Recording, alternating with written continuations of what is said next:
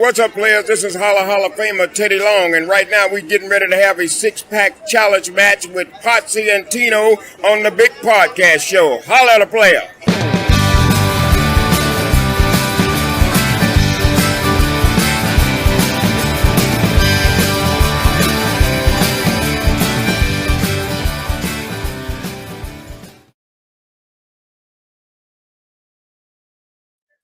Ladies and gentlemen, boys and girls, children of all ages, the Pots and Pans Network brings to you its tag team champions of the world. That's right, the Road Dogg Tino Gray, the badass Rob Potsy Potchak, the Potsy and Tino Show. Our theme song, as always, is brought to you by Adam's House Cats, called The Wrestling Song. It's available on iTunes for 99 Jones. 99 Jones. Jones. Jones. 605 Jones. Indeed. You even hit me with another Jones this week, and I didn't even see when or heard when it happened. Oh, man, when did it? Yeah, he said it. And it was just so fun. Poison Rana Jones. Poison Rana Jones. So Tino, we always start the show with a little segment called "What's Up with You." So let's go ahead and hear what's going on with you. Dude, I'm just tired. I think my age is coming through. So It started Friday. So my wife had asked me earlier in the week. So she's a teacher, and then they did a staff. What's up, Michael Turner? They did a staff kickball Friday, and early in the week she asked me if I wanted to go. I'm like, not really. And then so Friday came. Yeah, I'm like, you know what? I could tell she wanted to go because a bunch of friends were going. So we're like, we'll go. And so we all met out there at 6:30. I hadn't played kickball since probably Look where this is going already. Probably since elementary, maybe middle school. So that's well over 40, 45. Let's see. I'm 50. Yeah, over at least 40 years ago. So I'm like, all right, we got out there and did it. And as we got out there, as we were playing, a lot of other teachers like, yeah, we're too old for all this, right? So we had one teacher. We had a bunch of injuries, but so one teacher, his first kick, he kicked with his left, but pulled his hammy in his and no, he kicked with his right, pulled the hammy in the left. That was like the first 10 minutes, so he was done. Had another one. He kicked the ball, and I don't know if he kicked it or when he was running, he fucked his ankle up, so he was kind of done. So we were going. I kicked the ball, and I was going towards first, and as I was coming on first, I guess they were throwing it to the first baseman. I'm like, oh shit! And at last minute, she caught it. So I went to go try to stop, but I had too much momentum. And if I'd have kept going and like stopped or fell, I'd have pulled my knee again. I'm like, nope, not pulling my knee again. So I kind of fell and I did a backward somersault. Don't ask me how. And I fucked my shoulder up. So we were just walking wounded out there. So, but had a blast. So, and it was only 6:30. We were probably done by 7:45. We're like, fuck it. I was like, yep, that's it. We're done. We're done. That is hilarious. So it had been hot today. At least it cooled off. And so I got done with that, came home, showered, took ibuprofen because I knew I'm old. Had to get up and go to the office to teach the class. Got done with that, went and helped my friend Paul, who they're selling their house, and so he's doing his shed, and the flooring in the shed was bad, so he pulled the flooring out. So we were laying new flooring. It was hot as hell in that little shed, and so did that, sweated my ass off. That wore me out. Being in the heat and just working like that wears you out. And then we went and met Nicole and Matthew for, they went to the Ultimate Comics off of Buck Jones, but they moved it to over there by where Jelly Beans used to be. So Yeah. they were there, and they just met us at Waverly, no, Crossroads, and we had dinner.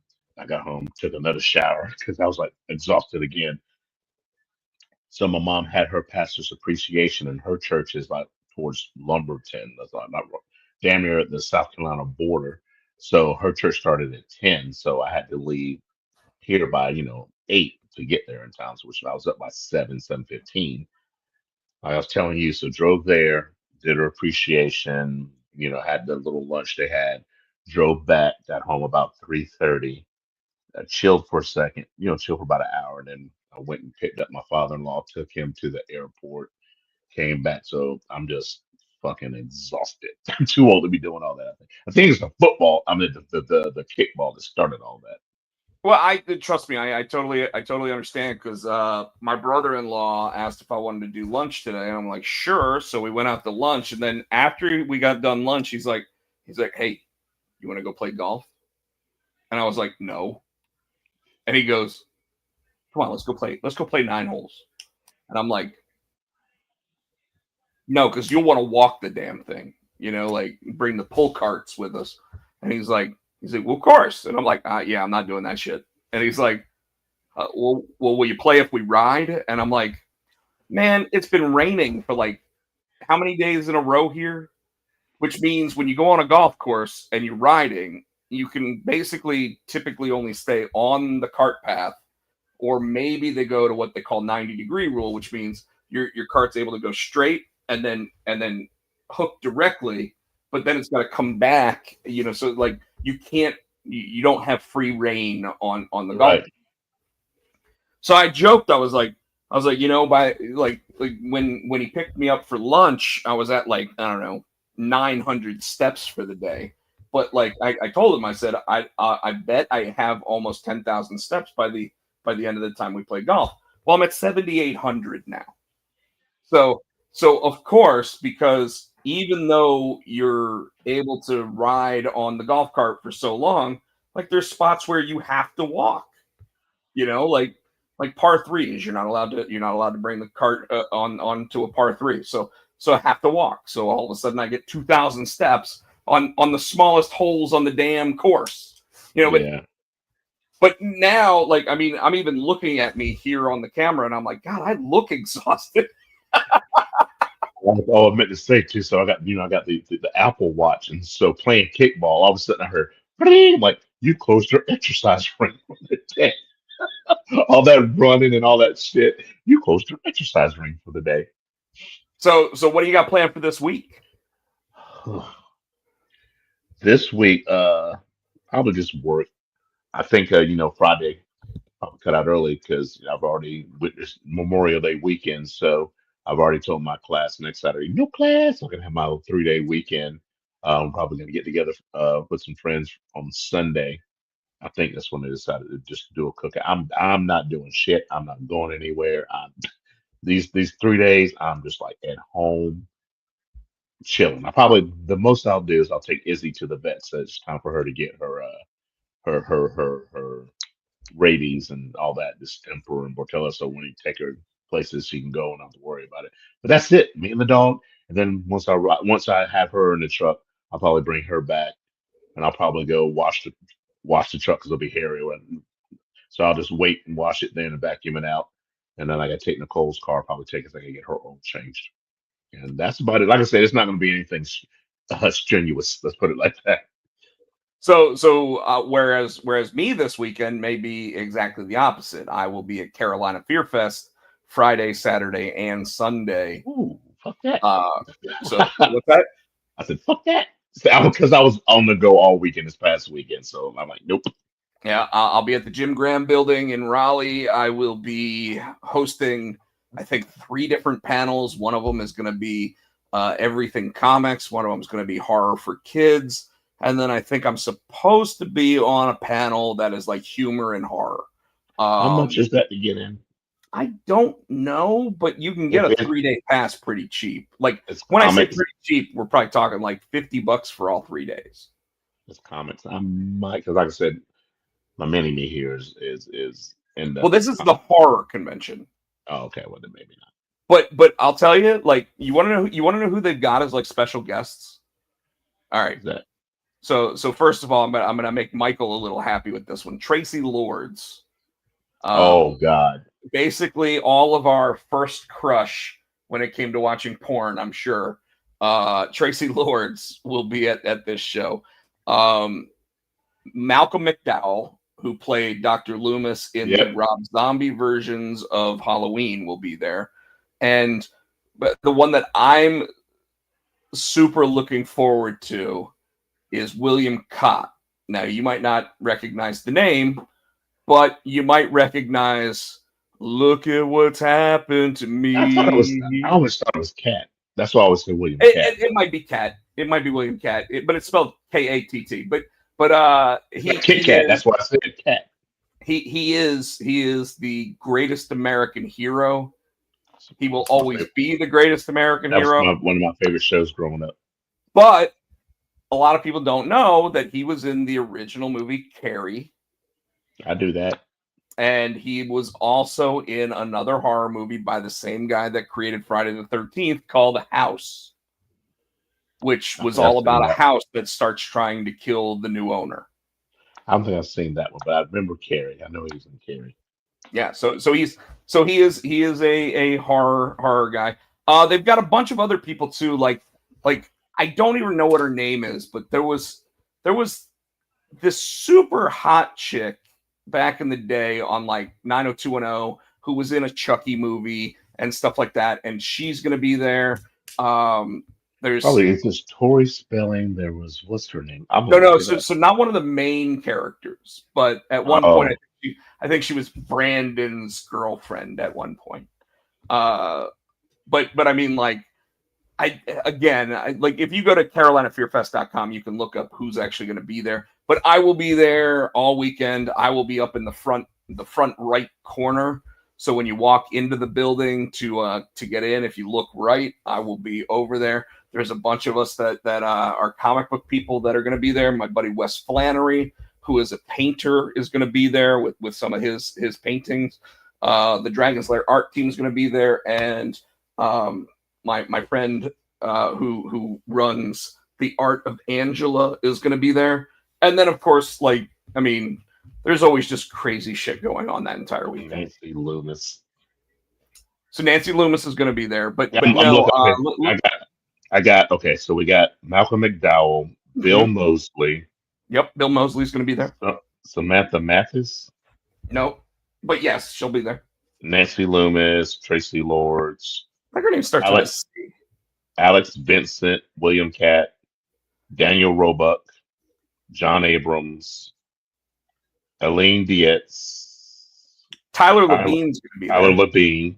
So if you've ever seen Tucker and Dale versus Evil, he was one of the characters. He was one of the main Christine guys. Christina Elise. Yes, that's her. That's what I'm talking about. I don't know. I don't remember ever seeing her on 90210, but maybe. Okay. She was, but she was Tiffany definitely in a Chucky Shepis. Tiffany Shepis. V.E. Neal. So it's V. They. I don't Neil. movie. Oh man, Kane Hodder canceled.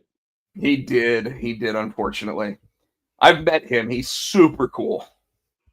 So yeah, some Some there's pretty good some. names. The one that I actually want to meet is William Cat. Like I grew up on Greatest American Hero. Me too. That's one I think I would want to meet. So, Jason Abrams. I like him in Scary Movie. yeah, they've always got someone from Scary Movie. Like last year, they had they had Lachlan Monroe. The year before that, they had the guy that played Deputy Doofy. So they've had a pretty good run of people. And It's of course, Tracy Lords. and of course Tracy Lords, yeah. Who I what's funny is I just saw a video of Tara Reid, who's at something Oh, called Comic-Con Revolution this weekend. Well, she was at Carolina Fear Fest like 2 years ago, but she was not in the shape to like handle the weekend. I'll put it that way. adult beverages or other recreational. I'm gonna say there was a lot of recreational stuff going on with her that weekend. Okay. At one point, I had a video as I was walking by of her just like passed out at her table, and of course the handler was like, no, no, no, no, no. Do you and off topic talk because Matthew will probably pick your brain because he's like I told him he's like Robson comic I'm like he's a comic book creator but he didn't realize How does you he were not know this at this point? no he didn't realize you were like he's Marvel now in DC. And he's like, and I told him you went to Comic Con and you met a bunch of different Marvel guys. He goes, "Has you met Stan Lee?" I'm like, "Yeah," and I think you have a picture with Stan Lee, don't you? I did. I don't Yeah. anymore, but I did. I was going to see if you can send it to us. I could show him just that would he would I think that mean, was the picture that I had was like me giving him a fist bump, and it was like you just saw like him from like here down, and it was just a fist bump going on. But yeah, I've met Stan Lee. I met Adam West before he passed away. You name them. If you name creators of comic books, I've probably met a bunch of them. That's what I said. So I think he's more interested in Marvel.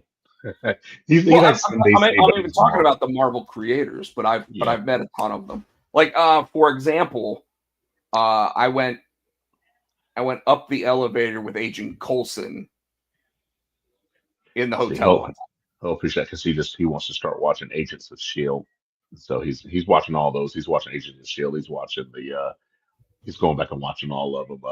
The Echo, the one chick who jumps and she can fly. The chick who can jump and fly. It's an off-brand. It's an off-brand. Kamala Khan. No, that's not Ms. it. Marvel. Not. I'm saying it's off-brand. It's something. It's on Disney Plus that I wasn't even going to watch. Veronica. No. I don't know what you're talking about. I'll figure it out. Yeah, you'll figure it out. And Iron Fist. He's going back and watching all that stuff. So I met Finn Jones, the guy that played Iron Fist. Wow. See, he's like 5'0". So this kid, he's into all that stuff. What is the name of that show? Yeah, you can keep talking. I'm trying to find it. I don't know what the name of the show is. But yeah, so I'll be at that show this weekend. Finalizing plans for San Diego Comic-Con because Dreadmutt went to the printer, so we had to figure out like if we're doing anything special. So we are doing a San Diego Comic-Con exclusive cover. I might have talked about that a little bit before, but and you are going? Yes, I am going. I've got my hotel room. I've got my airfare covered. I just need to get there. So, because planes don't always make their destinations anymore. So, don't joke like that. I mean, I'm not joking like that, but that's just how it is. So, we started work on Dreadmutt number 2. Did my cover for that other book that's a secret right now that we'll be talking about more in the coming months. That you're not allowed to say, Yeah, just not yet. And Jessica Jones. Jessica Jones. Yeah, I hated that show. Oh, so I do have something funny I want to talk about. So our friend Mr. Helios, he likes to sit there and joke with me all the time about how gingers are being replaced with black actors all the time, right? Well, there's a thing on TikTok saying how gingers are black now. So I wanted to have a conversation with you about this because it came to my attention that obviously the ginger actors are being replaced with black actors. That's been happening for years. Some of them are actually getting back to being ginger actors, like Jimmy Olsen in Superman is going to be a redheaded kid again. But when did he TikTok in the show he did, but I don't remember him being in anything else but the show. Right, but I mean in the Supergirl show, Jimmy Olsen was black. Yeah. That's the only one. I mean, Ariel the Little Mermaid was black in the live action movie. Mm-hmm. I mean, like there's hundreds of these that have been figured out. But like you're saying, so our buddy Helios sat there and sent me this video of this Asian guy talking back and forth to himself about how like now gingers are part of that community. Like we're just part of it, right? And during the video, I sit there and I'm watching it, and they said, yeah, I guess that means that they're invited to the cookout now, right? Well, not all of them. Well, here's the interesting thing, Tino. I have been invited to the cookouts for years. You have invited me to the cookouts. Well, my cookout, but there's a difference. Terrence has invited me to the cookouts. Well, Tony has invited me to the cookouts. I have always been invited to the cookout. I have always apparently been part of the community. So what made it funny to me, though, is that this week was also Mr. Helios's birthday. oh God. So I saw the little Facebook thing that said it's Mr. Helios's birthday. I immediately grabbed my phone. I texted him, happy birthday. And then I texted him, when's the cookout?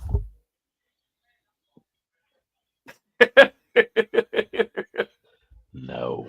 I Just didn't no. even get a response from him on his birthday. Because he's like, fuck But you. when I did, when I got the response, it said LMAO. But what made it funnier, even funnier to me, was that after he sent me that video, he sat there and said, "I hope it didn't offend you." And I was like, "Why would that offend me at this point?" You know, like we talk about it all the time. You're more likely to be like he's more likely to be offended by my response to it than anything else. You know. So I had a pretty good time sitting there saying, I've always been invited to the cookout. Like I literally was, I hate to say it, I was the only white person at our buddy Taloga 2 Def's Christmas party. I was the only one. Tony. Yeah. Oh, okay. So the one that looks like Swerve Strickland. Oh, okay. Yeah. I literally was the only one at and of course they're like, so what do you think of the spicy stuff? And I'm like, that's pretty good. You know, like I'm eating it like normal. Speaking of spicy, yesterday I was bored at home. I went out to Ruckus, started having some conversations about like just random stuff going on, like I watched and we'll talk more about it, but I watched a documentary on like the making of John Wick and how the director of John Wick was also the stunt guy for both Keanu Reeves back in the day on the Matrix movies, but before that he was Brandon Lee's stunt guy on The Crow. So when Brandon Lee passed away during the making of The Crow, he was the one that actually finished filming the scenes. Okay. So somehow it got to the whole conversation about how, you know, on the set of Alec Baldwin's new movie Rust, yeah, someone got killed. Yep. And the guy I was talking to, and the whole reason why I was talking about this was because of spicy stuff, and I'll get back to that. But the guy I was talking to said, what if Alec Baldwin actually meant to kill this guy? And he came up with this entire conspiracy theory.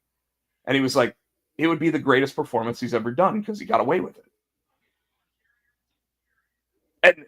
And I mean, like, it when you start thinking about it and you're like, okay, maybe, you know, like, what if he did? But it gave me an idea for like a story if I ever wanted to do that. Oh, shit. I thought that's where that was going. But it like, I joked while I was sitting there talking to my buddy Chris. I was like, Chris, that just sounds like right now, it just sounds like an episode of Law and Order. You know? Mm. And then he's like, yeah, but what if like 10 years down the road he's on the set for another film and something else happens? You're gonna go, fucking Chris knew it. He did it, right? And suddenly it's not gonna be an episode of Law and Order, it's gonna be like one of those true crime documentaries on Max, you know? Yeah. Which apparently is back to being HBO Max. But the reason why I brought up spicy was because yesterday they had new hot sauces out at Ruckus. And I didn't feel like putting them on wings or anything because I wasn't ordering wings. But I was like, I want to try them.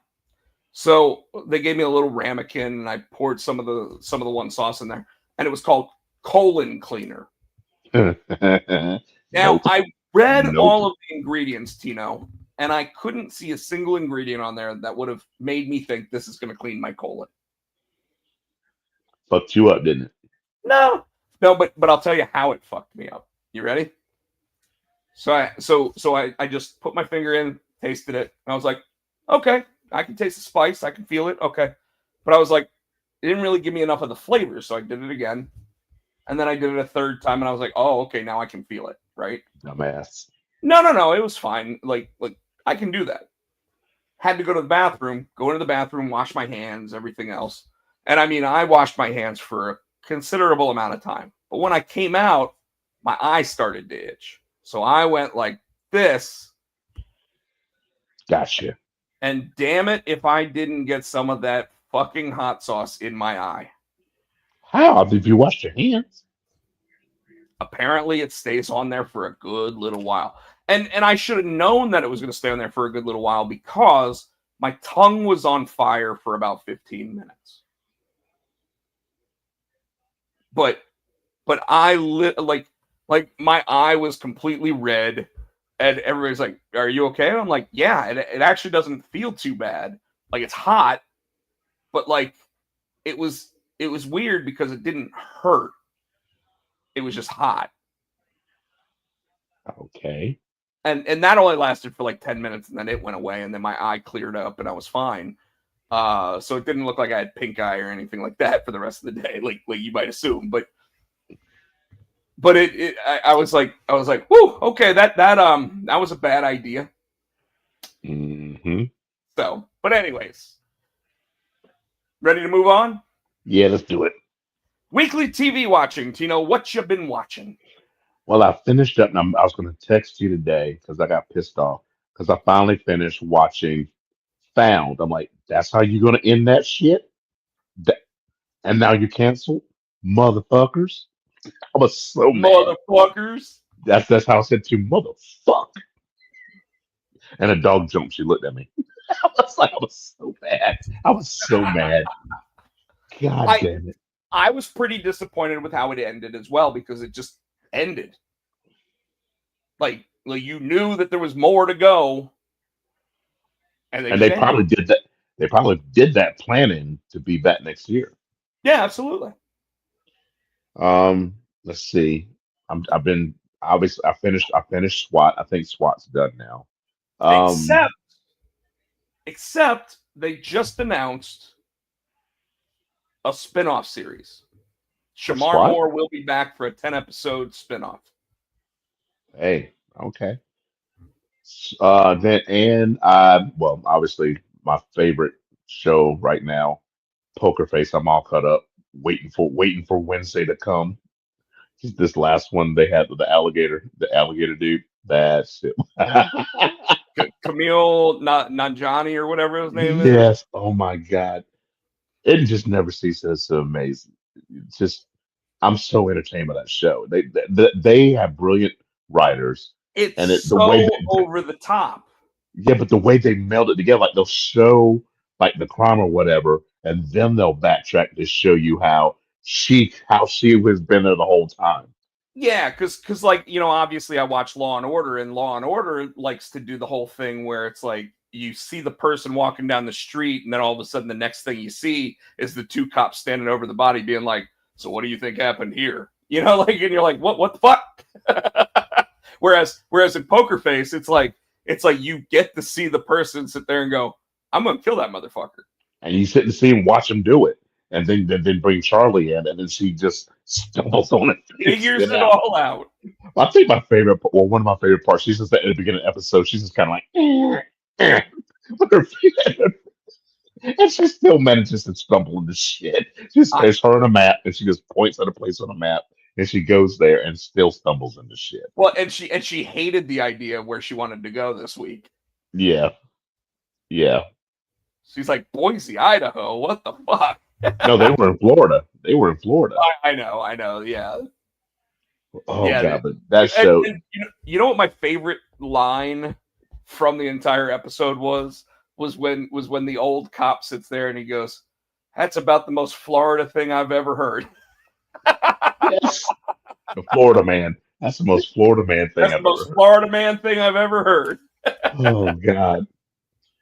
But like I said, it's just this show. It's just like you're right. It, It's so over the top, but it's so entertaining. It's so well written. it is It's very well written for as hilariously stupid as it should yes, be. yes, Yeah. Yes, you're 100% right.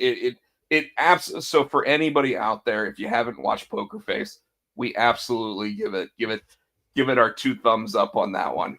dude, yes. Now, did And you and watch? and So you haven't watched Last of Us yet, still, right? no, like I said, I've been trying. So now that all those are caught up, I'll probably start onto the season of Last of Us. So I this week was the season finales of all the Law and Orders, except Hmm. for Organized Crime, the one that they decided we're just going to put it on Peacock now. Which, by the way, I don't know if I mentioned it last week. Christopher Meloni dropped the first F-bomb in Law and Order history in like the first episode this season. And Nice, there's been at least like one F-bomb every episode since they moved it just to Peacock. nice. Yeah, he literally looks at somebody in the first episode this season and he's like, everything'd be better if you hadn't wasted your fucking opportunity. And it's like, what? And they're like, hey, we can do this now. Exactly. And you know what? I think It's, it's gonna I and think it's it's more gonna real. help.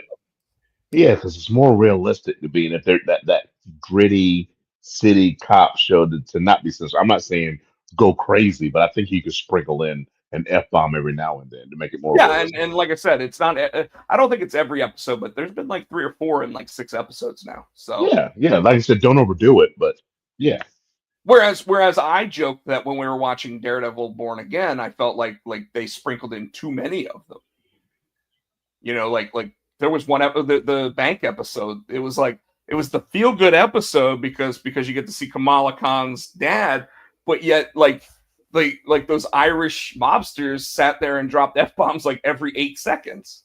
and there's that reality. Like I said, I still think as long as it's As long as it not, fits. yeah, you're not doing it just to do it, right? So it fits, right? Yeah. And they didn't overdo it. You're right. There was more than usual. They didn't overdo it, but it fit what they were trying to do. So Last of Us this week was a flashback episode, so we got more Joel. Gotcha. And it told a story that I don't think was actually in the video game, Oh, which is why Ellie finally confronts Joel about what happened at the hospital. I think she did do that in the video game. I watched it where she's kind of. It was during a flashback, and she pretty much told him, Right, but she was mad at him for. Okay. the episode actually had Joe Pantoliano plays like a character in this episode, and he do you want me to tell you? Yeah, I mean, yeah. Don't tell too much, but just if you give me like the gist of what you know what I mean. So he gets bit, and while Joel and Ellie are on a a run, and like he just keeps asking to go back to the town so he can talk to his wife, Right. and like Ellie's like, well, we'll take you back because you're still okay right now. And Joel's like, sure, go get the horses. And when Ellie goes to get the horses, you can imagine what happens. Yeah. But Yeah. when they get back to the town, Joel has one story. Ellie sits there and says that's not actually what happened. And she sits there and knows, like, when Joel has this look, Joel's not always being honest. Gotcha. And that doesn't give you too much because it definitely still leaves the story there. But man, it was a heart-wrenching moment in the there's show. six episodes. So I need Correct. to catch up on. I just put it on. I'm just looking at see how many. Okay, so 6 episodes. Okay, and If I they're didn't about an hour a piece. I can probably. roughly, yeah. Okay. If I didn't mention it last week, Fallout season 2 is coming in December with Walton Goggins and what's her face on Amazon. And Tino, I know it says TV watching, but I saw the new Final Destination. Oh, I want to see it. So, Ghost, is it good? That's all I want to know. I had a fun time watching it. Okay, cool. Yeah, don't. I laughed more than most people probably will. Okay, I'm fine with that too. And that's what I'll say. It really does follow along how the movies have always been, where like when you expect the death, you know it's coming, but they keep playing with you until they finally get to when they do the death. Yeah, So they did it pretty well. There's no after credit scenes or anything like that, but like all the way up to the very last moment, something can happen, and it's fun. cool. This week, by the way, Lilo and Stitch comes out. Cool. Michael Turner asked, "Did you see the new Tron preview?" Yes, I did. So I don't know how they're gonna fit this Tron into the way that Tron has been going. The second Tron movie, I'm probably one of the few people that actually says that they really enjoyed it. The new trailer kind of brings the computer characters into the real world, so it'll be interesting to see how that happens. But with Jared Leto in the movie, it's also possible that the movie is just trash. And he also says he thinks they're putting too much in the new Superman movie. So I agree that I think that the new Superman movie is going to have a lot of stuff in it, but they did drop the full trailer last Wednesday, and it looks like I need to see it now. Does it have the Green Lantern? Matthew was saying something about the Green Lantern. Nathan Fillion plays Guy Gardner's version of the Green Lantern in it. Okay. Because you know that one of the shows that they're doing for HBO Max, now actually called HBO Max again, one of the shows that they're doing for that is called Lanterns, and it's Hal Jordan and John Stewart.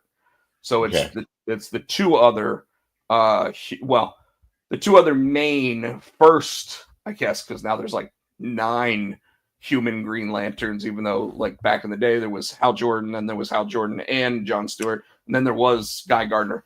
But Nathan Fillion plays Guy Gardner with like a red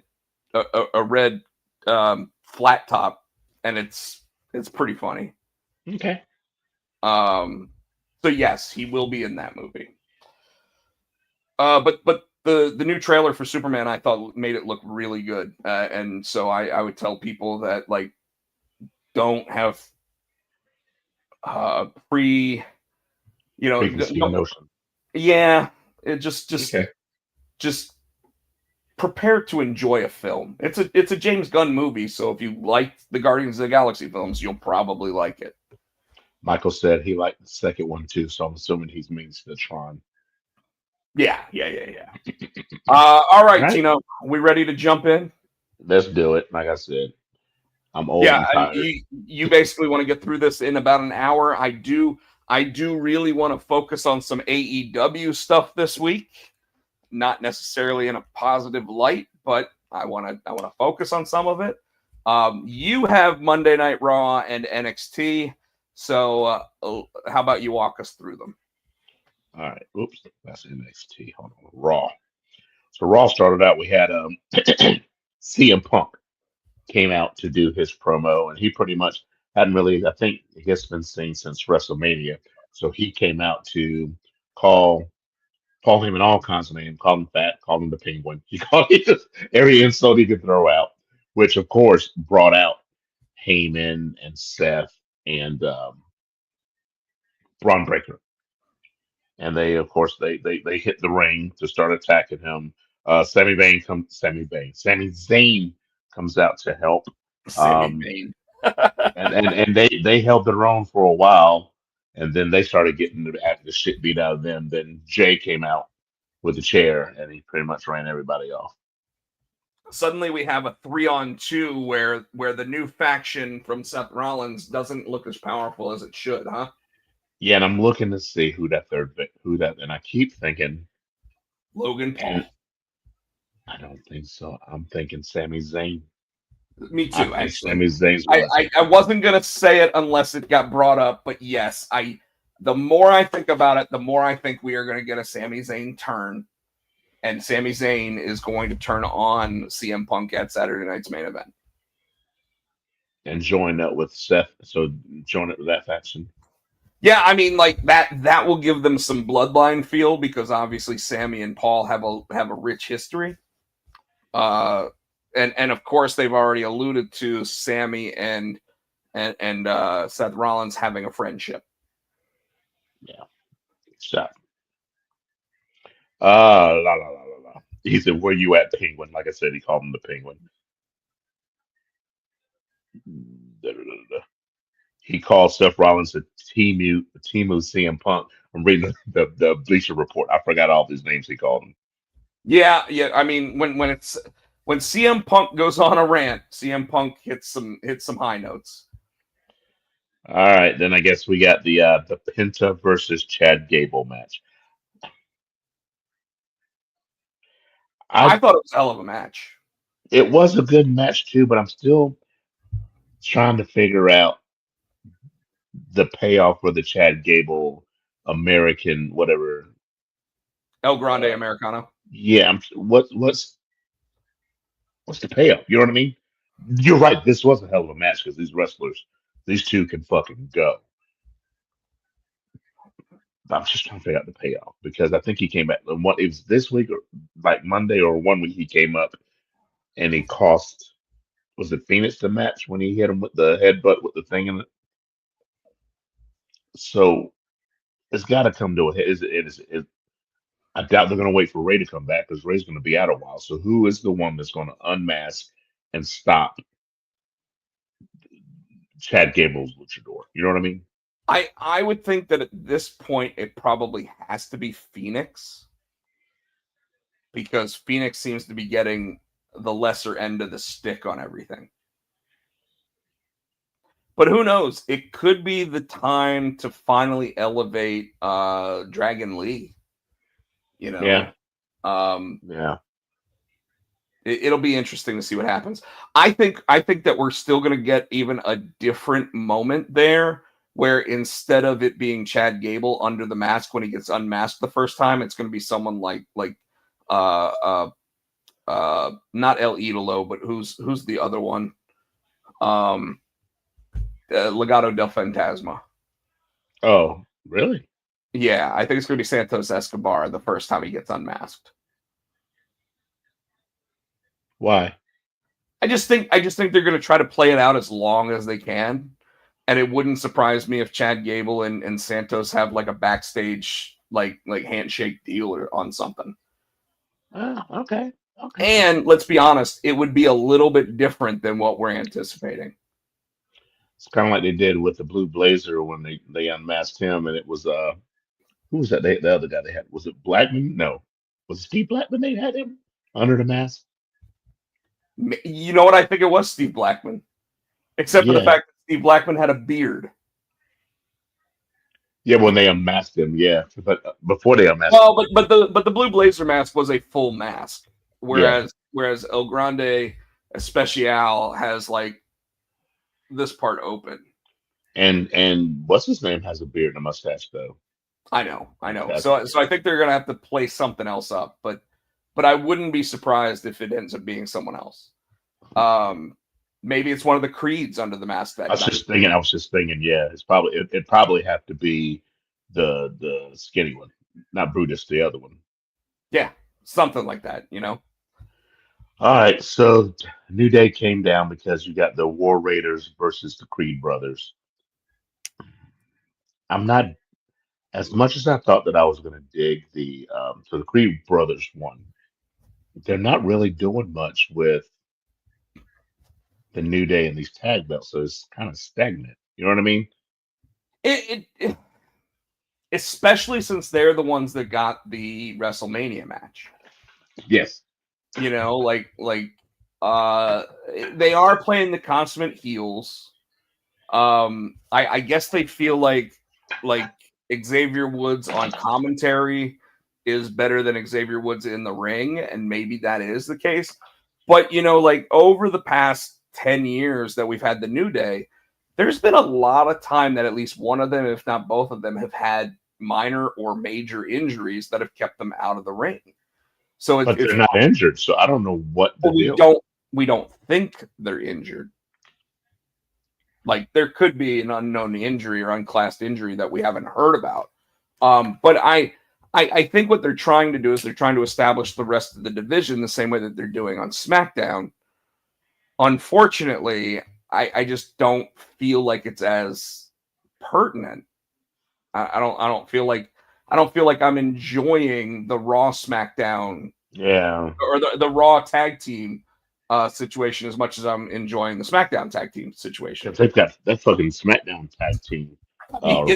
They have made SmackDown like the home of the tag team. Yes.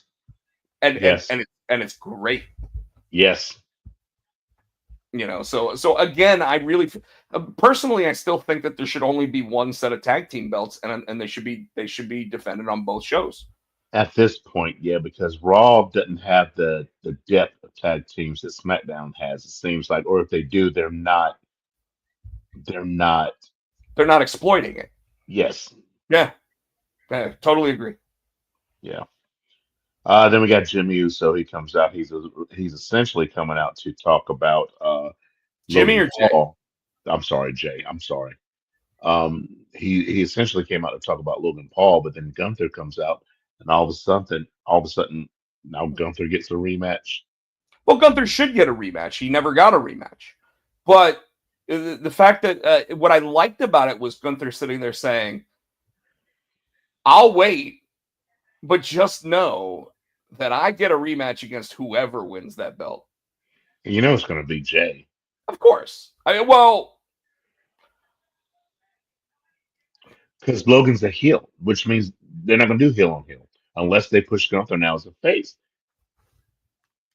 Gunther's one of those guys that, like, because of the McAfee match, sitting there, giving the props and everything else, like, Gunther isn't necessarily always a heel, whereas Logan Paul always is.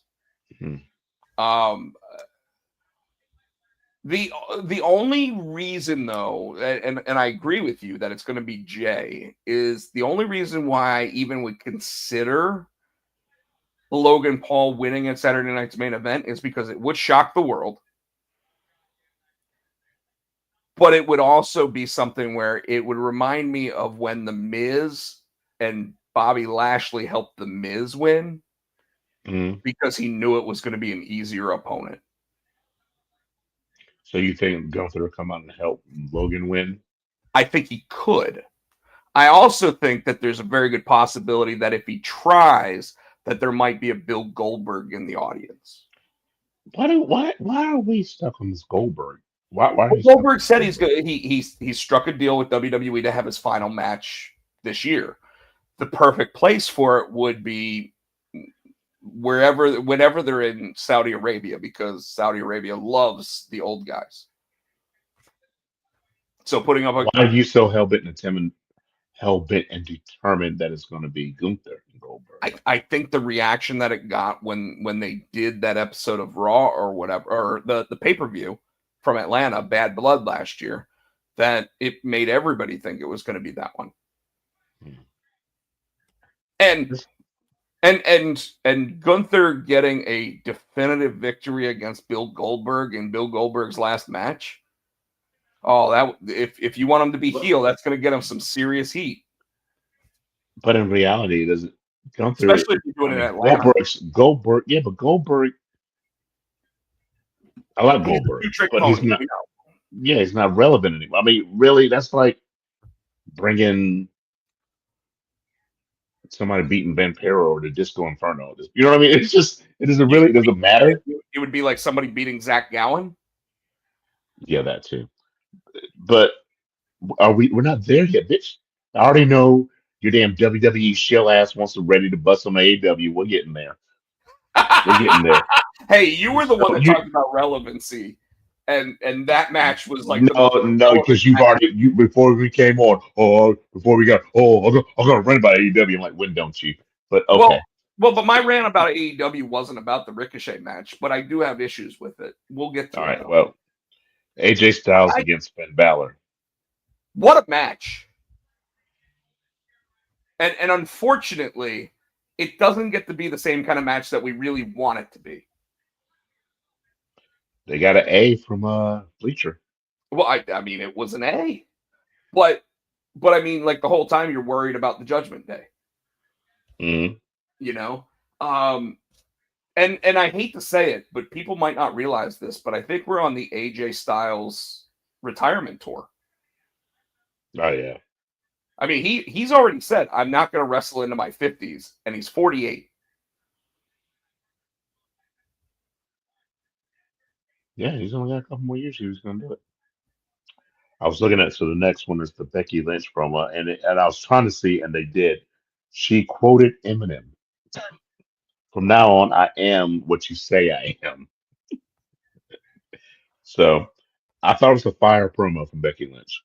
I like that she is running with the man gimmick still, rather than Big Top Bex or whatever it used to be. Big time. Big time Bex. Yeah, I That said was Big Top. stupid. I said It Big was Top stupid. because it felt like a circus with Vince McMahon.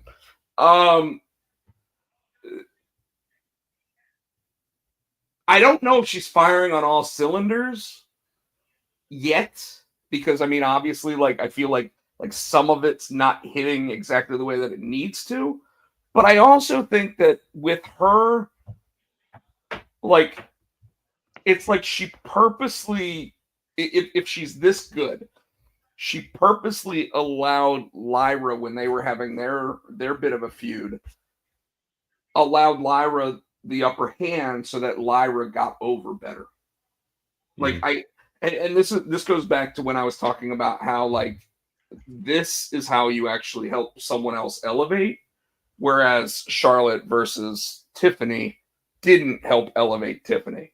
Well, I think Becky is all about elevating people, and not only, and more importantly, I think it's important for her to elevate Lyra because they're from the same country, and she's kind of like protege of Well, Becky. So she, but she's done it with other people. She did it with yeah, Io yeah, Sky. yeah, She did it with Liv Morgan. She, like she is absolutely developing the women's talent so that way, when they do have the matches, you legitimately think Lyra Valkyria should put on a show against Becky Lynch, yeah, right? Whereas Charlotte, we were worried all the way up to the day of WrestleMania that Tiffany Stratton was going to get buried by her. yeah. So I love it. I think it's great, and like I said, it doesn't feel like Becky's running on all cylinders yet, but that might be the design. Hmm. You know what I mean? Yeah. And if it is, it's genius, because like oftentimes you want everybody firing on all cylinders at all times, but if you know that someone might not have the same mic skills, pushing them up that mic skill by possibly flubbing a line here or there yourself is just that much better. Yeah. It's very impressive. And then finally, we have the main event. We had Julia and Roxanne against Io and Rhea. I wanted to point something out. Normally, and we've talked about this before, so that the heels come out, Julia and Roxanne. The champion comes out first. Io came out first. Rhea came out last. And that pop. And I think they did that by design. Oh, of Because course. that Absolutely. that pop, that's a Road Warrior pop. That was damn close to it. I'd have to go back and listen to it again, but we know who the top female talent on Raw is right now. The fact that they are literally getting two NXT talents over by having them go against the top female talent and the women's world champion, and they are making them look like legitimate contenders to go against them. I mean, people were talking about how they kept flubbing the women's division on the main rosters. Mm-hmm. Well, this is how you reignite it. Yeah. I mean, the last two segments of the show were Becky Lynch talking and then a women's tag team main event. And before we get into it, it's been official. We talked about how they weren't official yet. Julie has on SmackDown. They said she's the newest member, and today it's announced that 45 minutes ago. Yep. Roxanne is Raw. So and I told you, like, they had never officially. In fact, they said don't expect this to be official. They're still working on NXT, but now that they're on those brands, they may have one more match on NXT, but that'll be their swan song. And I was kind of hoping that Roxanne would go to SmackDown because I'm interested in seeing her and Bliss go at it. You know, though, it's very possible. Sorry, I'm looking at the live signal. It changed colors for some reason. It's possible that, and we've seen it before, where they purposely keep certain people away from each other. Okay, I think it'd be interesting, but yeah. No, I don't disagree. Like Bliss versus Roxanne, I mean, you have two very small competitors. I mean, you add Zelina Vega into that, and you got a great, a phenomenal three-way, right? Yeah. So we know who's going to win that. Rhea and Io work well together. I mean, that they gelled. You know, I didn't think they were going to.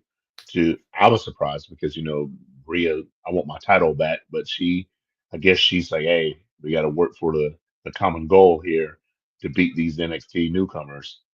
Well, But after at the they end, won the match, though, didn't they tease the whole like Rhea picked up the belt and then handed it to her? and then you handed it to her, and then Io's like, yeah, she's holding it up, and Rio's looking at the belt. Rhea's looking at the belt, and Io kind of sees her, and she's kind of like,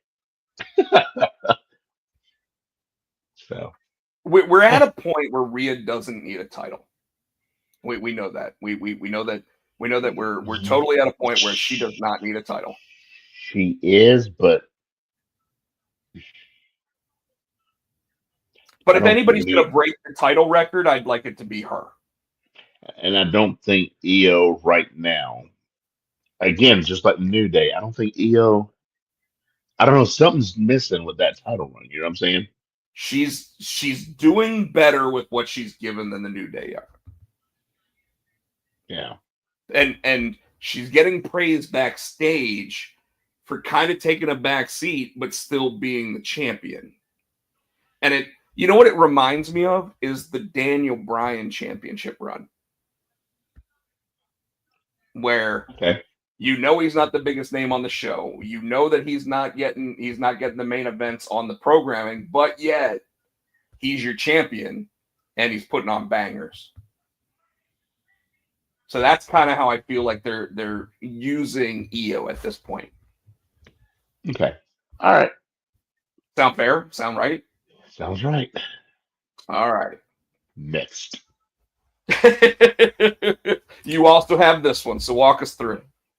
Miles Bourne and No Quarter Catch Crew opened this one up.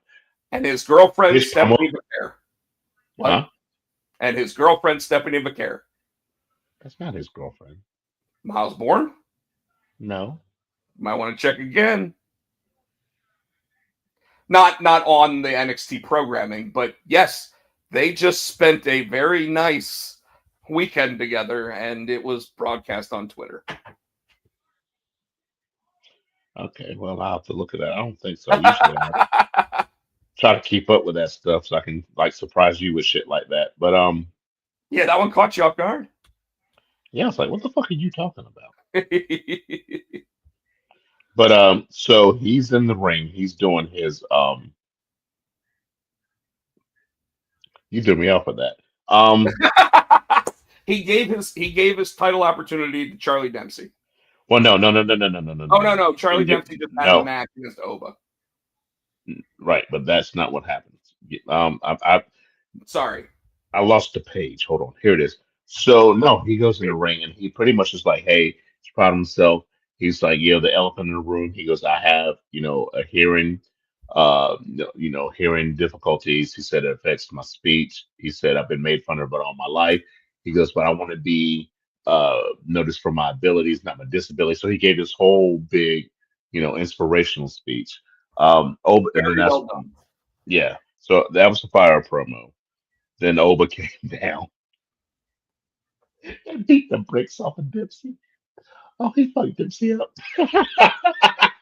So that was the first match of the night. So he did his in ring promo. Miles Bourne did, and after that, Oba came down for his match with Dempsey, and Dempsey Oba fucked him up, and then then we get Tony D'Angelo and Wes Lee.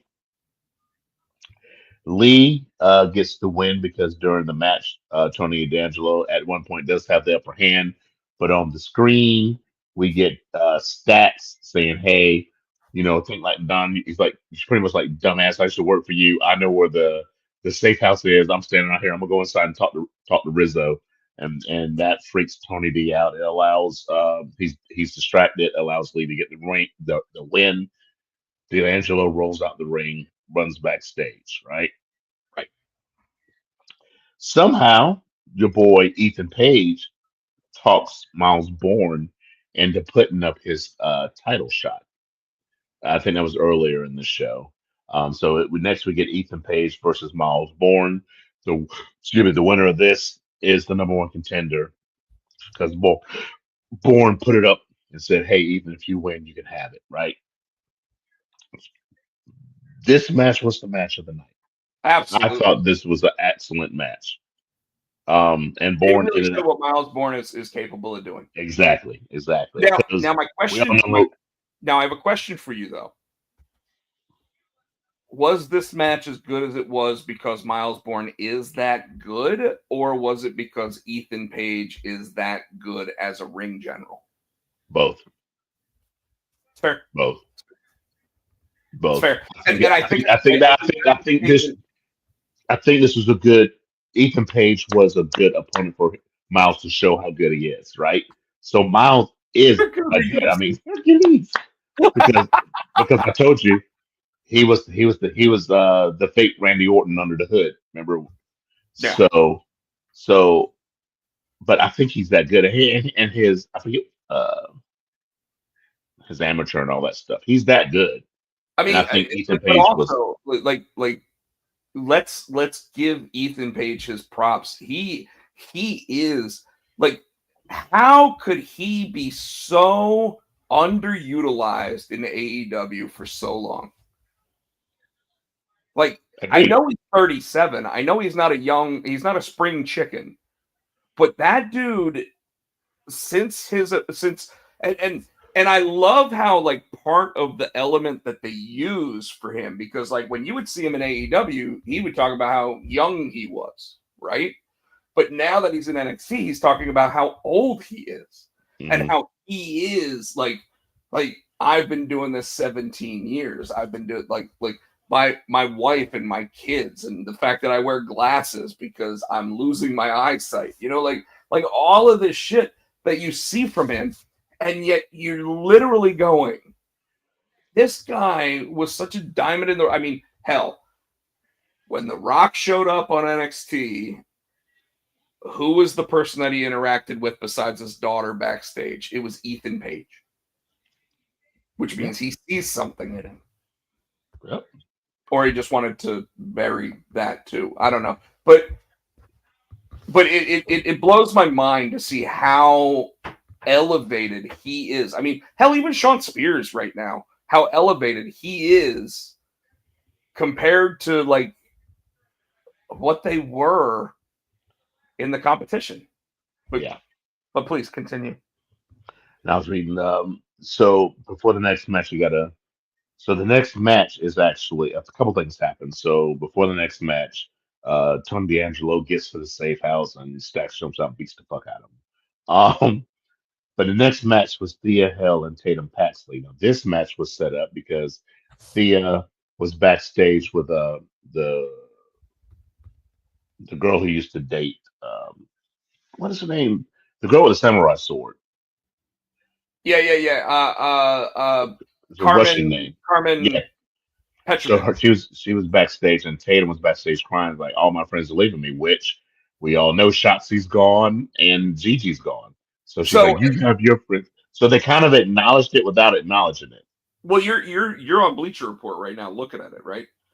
Yeah, and at one point they did say that They said they were it's weird. shocked that It they would was weird to see. It was overstep. weird to see WWE acknowledge the recent releases in a segment with Tatum Paxley. Yeah, and 100%. I 100% agree with Bleacher Report on that. Like WWE normally, like when you look at how SmackDown was the night that they released everybody, they just talked about it like we're getting bigger and better. We're doing this all over again. We're da da da da da da.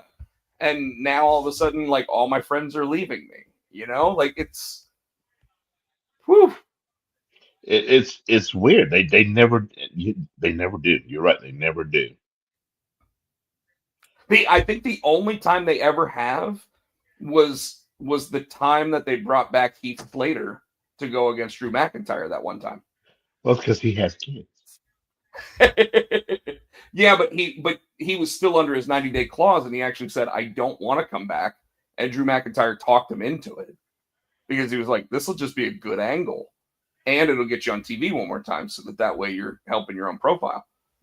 It was the only time they really talked about someone losing their job before this. So I applaud them for actually mentioning it. So yep. So now you got this match. I lost my place again. Tatum Paxley. Yeah, I lost the place again because I was scrolling, looking at what they were seeing. If I could find if they actually said what what they said, but they didn't. Tatum got disqualified for trying to pretty much gouge Thea's eyes out, and then they pulled her off of her. So Thea had her in that arm bar, and in order to get out the arm bar, Tatum hooks her eye, thumbs her eye, and she lets go. The referee disqualifies her. She gets mad. They pull her off. She gets back on her, beats her down again, and then just hooks both her eyes. I'm like, the fuck is she? So she snapped. Good. It adds an element to the character. It almost because they've got that TNT. I'm tired, y'all. The TNA thing. Remember, for a while they had the whole Rosemary. I wonder if they'll bring like Rosemary back to kind of, since she's by herself, bring Rosemary and bring Wendy Chu back to kind of, You may see something like that, but you may also see where these released talents start showing up in TNA. And I think that's what the real plan is. But what I'm saying for Tatum in the meantime, while she's alone, to bring somebody back in to kind of because now Tatum has jumped Thea, and now she's probably got to deal with Carmen, right? So that's 2-on-1. So they need to probably maybe bring somebody, and even if not full time, maybe Rosemary would be a good choice. Yeah, Wendy Chu, or even like I said, a Rosemary, Sure. come back. And that's what I'm wondering if they'll since they have the talent exchange going on. And then you got the main event. You got the Jordan Gray, Stephanie McCord versus Fallon and JC Jane. I'm almost thinking that Fallon and JC Jane, that little, what is that? What do they call them? Fatal influence? Fatal attraction. Influence. Fatal influence. Fatal It was Fatal Attraction when Mandy was there.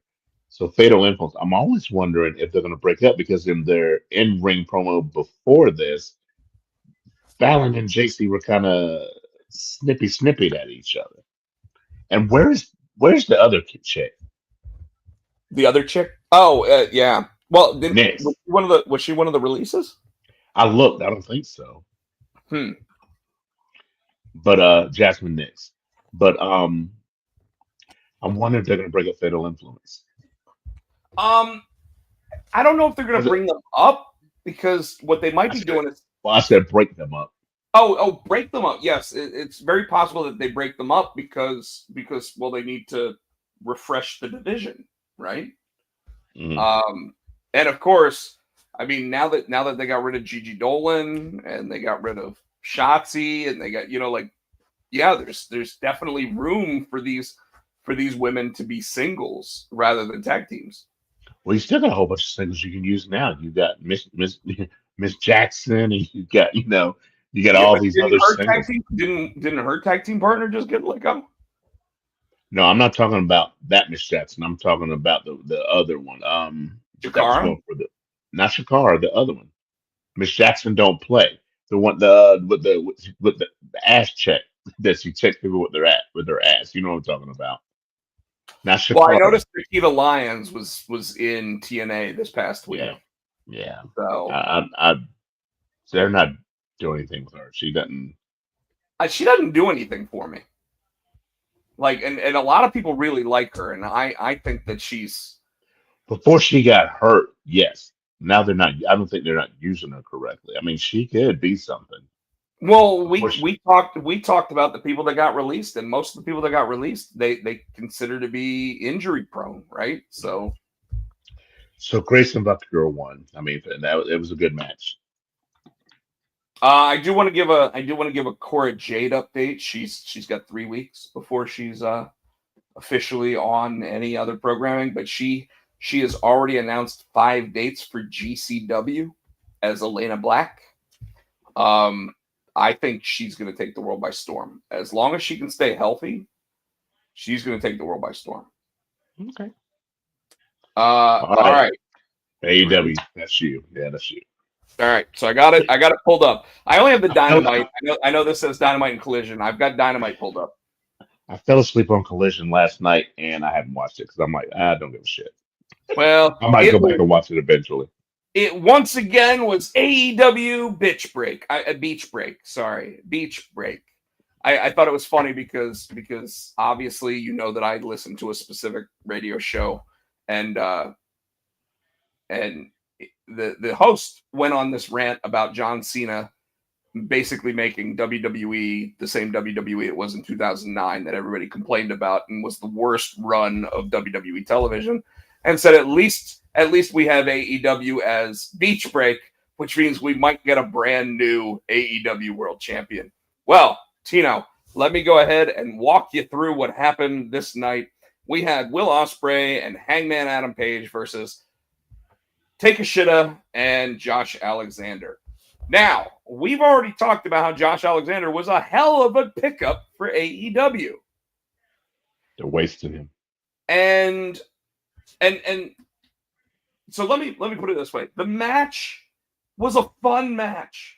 They constantly teased the possibility of Ospreay and Hangman accidentally hitting each other, right? They did. They They did teased hit it each other, all match. What and normally he did happens? it. What normally happens when they tease that? It happens. Somebody gets hit, and he did get it. I watched it. I watched Dynamite. He Well, did right. accidentally hit him. But my point is that typically the best booking decision there is to have the good guys lose because either one tries to hit the other and doesn't, and it causes something else to happen, Yeah, or and I want to say, to Tony Khan's credit, he still had the good guys win, but I think that did a disservice to what's coming up when they face each other at the pay-per-view, because it would have added more turmoil if they lost the match. Hmm. And then there's that picture online of Takeshita kicking Hangman into Ospreay, and their heads looking like an AI image where they just combine each other. Like, they look like they just 100% smush.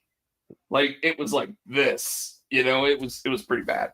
My problem is that Josh Alexander is such a good talent, and they're paying him top dollar. Top dollar. No, top dollar. Oh. And he's losing every match. This guy ran TNA for 2 years. Mm-hmm. And we know that he took the top payout because he said, I got to provide for my family. I get it. I understand. But how does he walk into a place, lose his first match, and now lose another match, which is just a random bullshit tag match? And this isn't even where I want to rant. Oh, God. The match, though, was fun. It was 4 top talents wrestling the match. It was good. Whoa, the next match, however, Ricochet versus Zach Gowen. Tino, when was the last time Zach Gowen was relevant in pro wrestling? 2004, 2003, somewhere in there. Maybe 2006. I can't remember. I know it was back early 2000s. I mean, Roddy Piper was still alive at the time because Roddy Piper pulled his leg off. I mean, Well, Roddy Piper just died recently, so that's not saying much. He died in like 2016, dude. That's what I'm saying, though. I mean, That's 9 years ago still. Yeah, okay. So, my problem here is that when you have a match like this show up, what are you trying to do? Are you attempting to make Ricochet look like the ultimate evil piece of shit? I mean, he was already well in his hill run. I don't know if they thought that this was going to put him over the top. I thought that they were going to say Zach Gallen was all elite, and I'm like, no, don't do that. Yeah, you did send that to me. Is Zach Gowen all elite? So and I said no. I hope it's a one-off. Maybe Zach Gallen gets him some comeuppance and get his leg back. I don't know what I expected.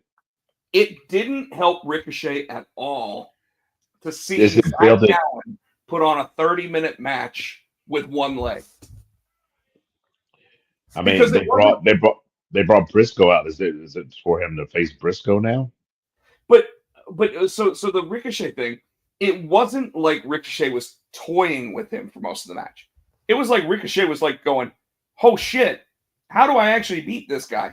Now there were moments of the toying, like when he went for the figure 4 and couldn't do it because there was only one leg.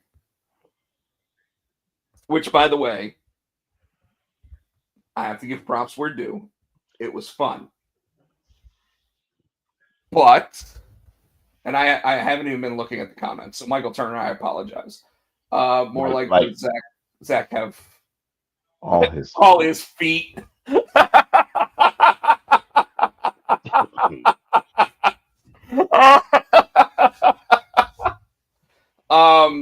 Michael, I put this up on the screen because I just want to make sure that everybody knows I did not come up with that line. But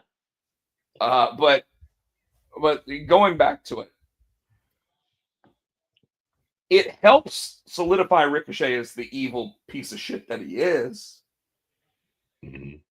So I guess I'm okay with it. Now, like I originally wasn't. I was like, this should be the kind of match where Ricochet loses. But again, Ricochet wins this match. Doesn't really help him, but it does make him look like more of an asshole. Yeah. So I guess it did technically help him, but it didn't help him in terms of wins and losses. Okay, next up. But I also said I really don't think that this match should have been like 20 minutes or whatever. Like, but it didn't need to be a squash either. You know what I mean? No, but you're right. Except it shouldn't have 2 commercial breaks. You know? I don't think any of them need fucking 2 commercial breaks, honestly, because I hate picture-in-picture. MJF wants to win. The Hurt Syndicate versus Top Flight was the next match. And, of course, Maxwell Jacob Friedman comes out and Bobby Lashley going like this for a while. And he finally sits there and gives them the thumbs up that we've all been hoping for. MJF jumped into his arms and Bobby Lashley throws him off. Oh, And, yeah, that's and hilarious. MJF gets up and he goes, "You know what? You're right. I'm sorry. I'm just so excited." He gets up on the top rope and he's like, like. And he's But walking then, around, we hurt people. He's walking around. but then we get the moment where he goes, "I'll make sure that the contract goes to you guys and we can all sign it." And it's like all of a sudden everybody's like, what are you talking about? No, that was backstage when he was talking to MJF and he was talking to MVP, and he's like, "Yeah, I'm gonna get my lawyer to look at it." And MVP looks at him and goes, "Well, MVP, you're a businessman. Would you sign something about your lawyer looking over it?" And then, yeah, you're right. All right. And they had Mark Sterling show up. Oh God. We got a Mark Sterling appearance here. So, Tino, part of my rant happens with the next match. We have an look at the time, sir. I'm looking at the time. I'm going to try to keep it quick. We're going to be a little bit over. Sorry, because we haven't gone over SmackDown. But the AEW Women's World Championship 4-way eliminator match, which is Toni Storm versus AZM versus Mina Shirakawa versus a returning Sky Blue. Here's my problem with the match. I mentioned it to you because last week we were sitting there trying to discuss what the whole situation was. And my problem with it was, and I finally came to the realization, my problem with this Toni Storm eliminator tournament stuff that's been going on is that they haven't given her a story. She's the women's world champion who just got through two different stories, one with the Megasis, and then one also with Mariah May, right? And they were great stories, both of them.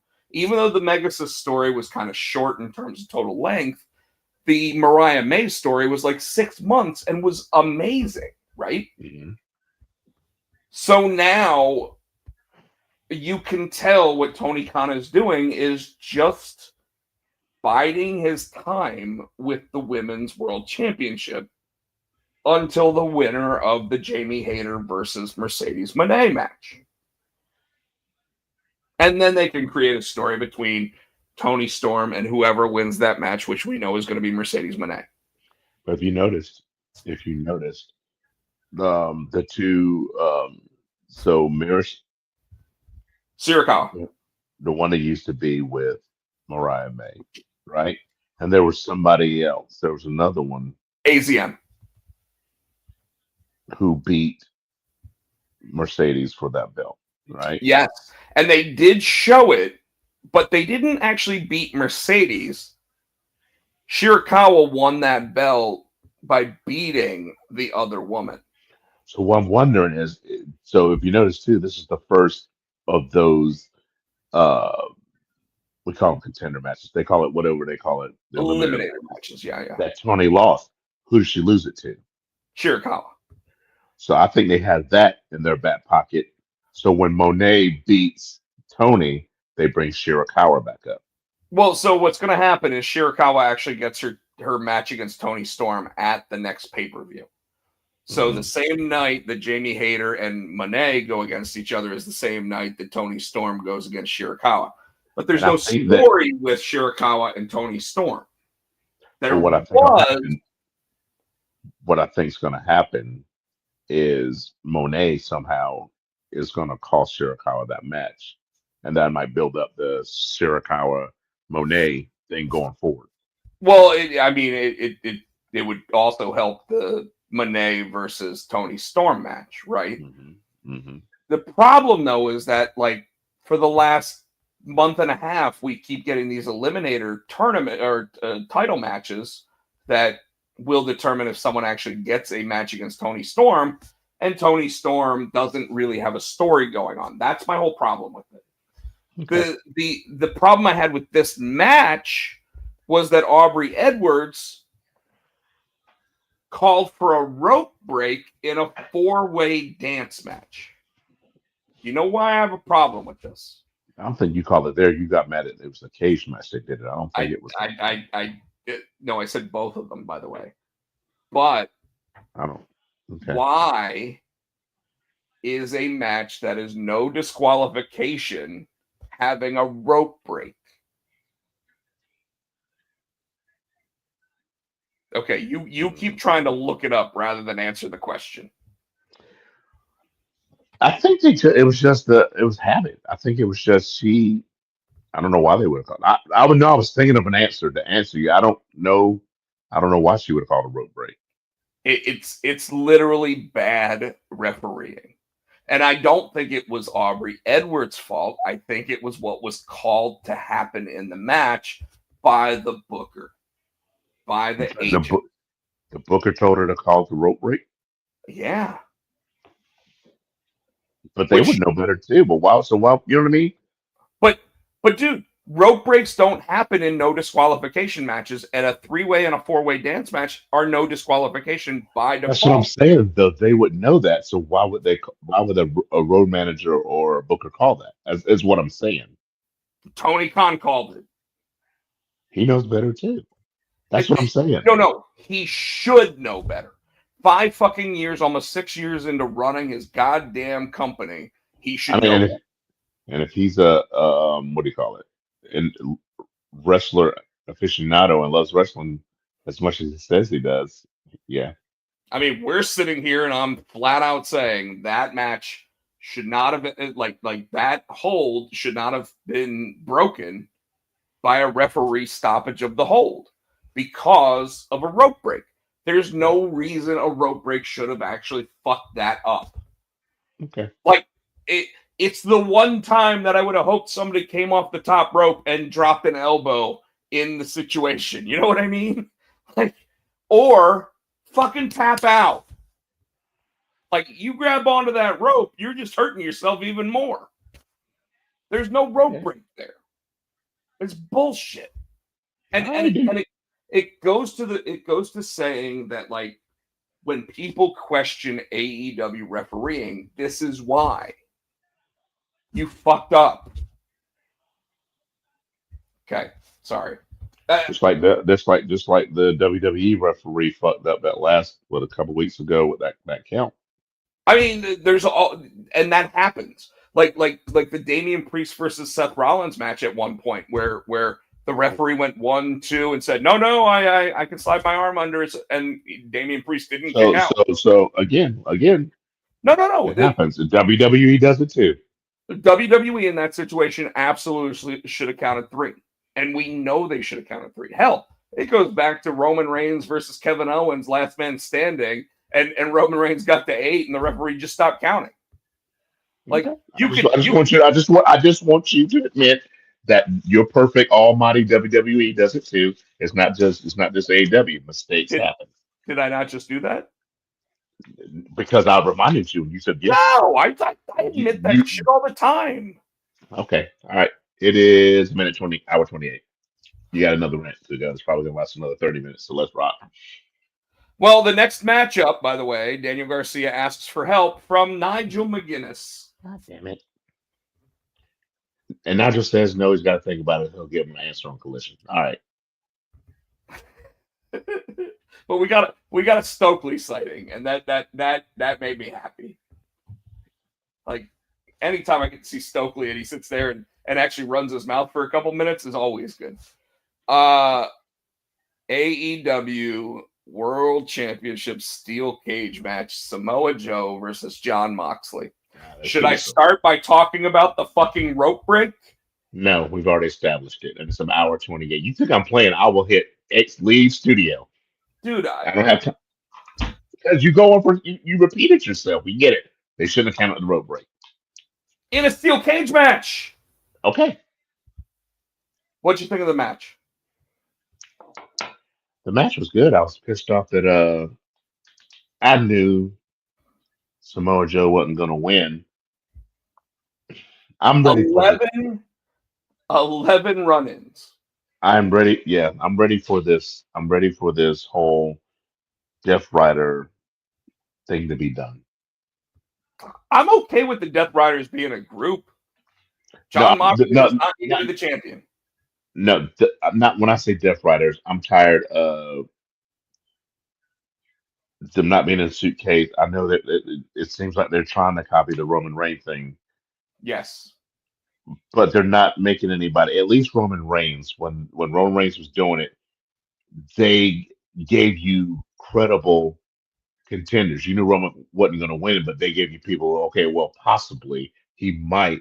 They're not doing that with Moxley. He's just running, just like you complain about Tony Storm doing. They're doing the same thing with Moxley.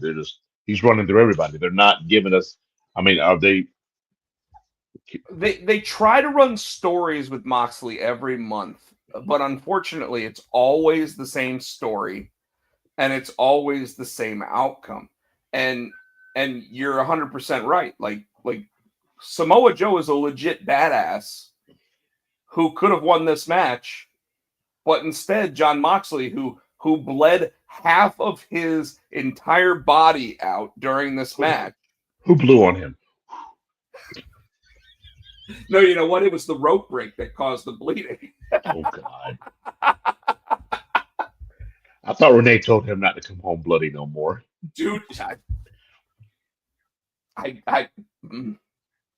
but 11 run-ins Oh, I during didn't this count them. fucking match. I didn't count them.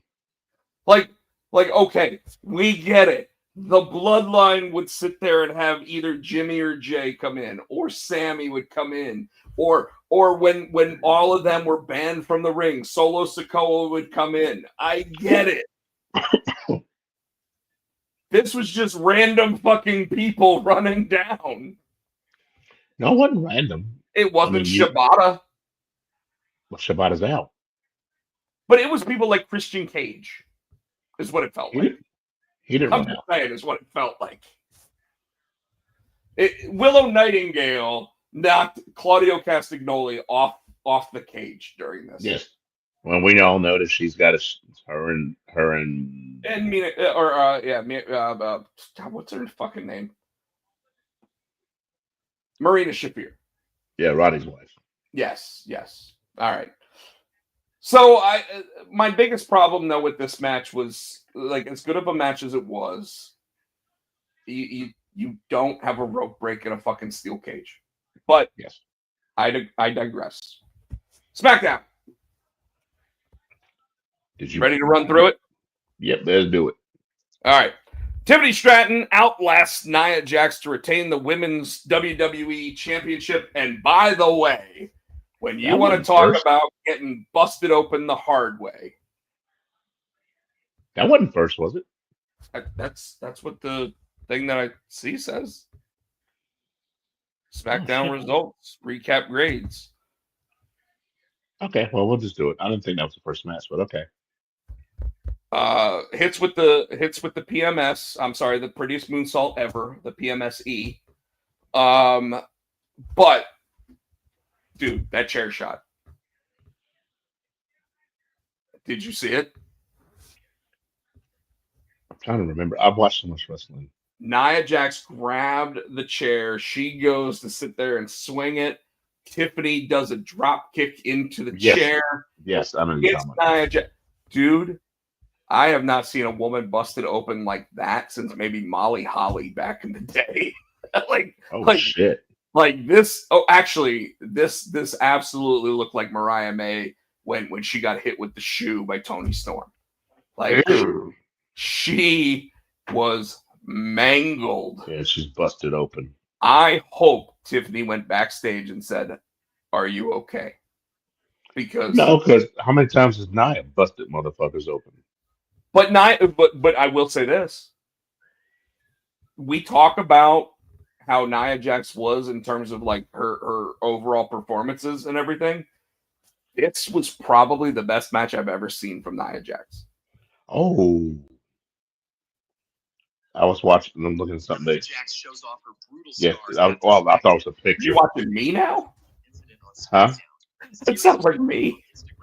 That does not sound like you. Nia revealed the visible injury marks from her match. As she got into the ring, That doesn't sound like you. hit her with a No, chair, not anymore. knocking her out as the chair. Yeah, knocked her out. But shit, I forgot about that chair shot. Dude, it caught her in the Yeah. temple, and she was just annihilated. I mean, it was no. I meant annihilated like the actual word, not trying to play on words there. Okay. Money in the Bank qualifier. Alexa Bliss defeats Meechin and Chelsea Green via pinfall. So she just beat both of the people that were the last two for the US. US title. And what is this? I want to know what the deal's going on with her and Charlotte. What that's going to play out to be. I like what's going on. I'm just worried that it means that Charlotte's going to beat the shit out of Alexa Bliss. Except, wouldn't it be cool if it's actually a Wyatt 6 kind of thing? Okay. Fraxium defeated DIY via pinfall. Yep. So Fraxium loses their NXT titles, gets moved up to the main roster, and they are now undefeated against all, as far as I know, all 4 of the major tag teams, including your current champions, the Street Profits. Mm-hmm. R-Truth confirmed he would wrestle John Cena at Saturday night's main event. I'm just glad to sit for the title. I didn't think it would be. So that truth, I knew for it if it was for a title he wouldn't win. For non-title, I think it's 50-50. Or you think they're not going to let John Cena lose? I'm almost worried that this is going to be Travis Scott causes R-Truth to lose.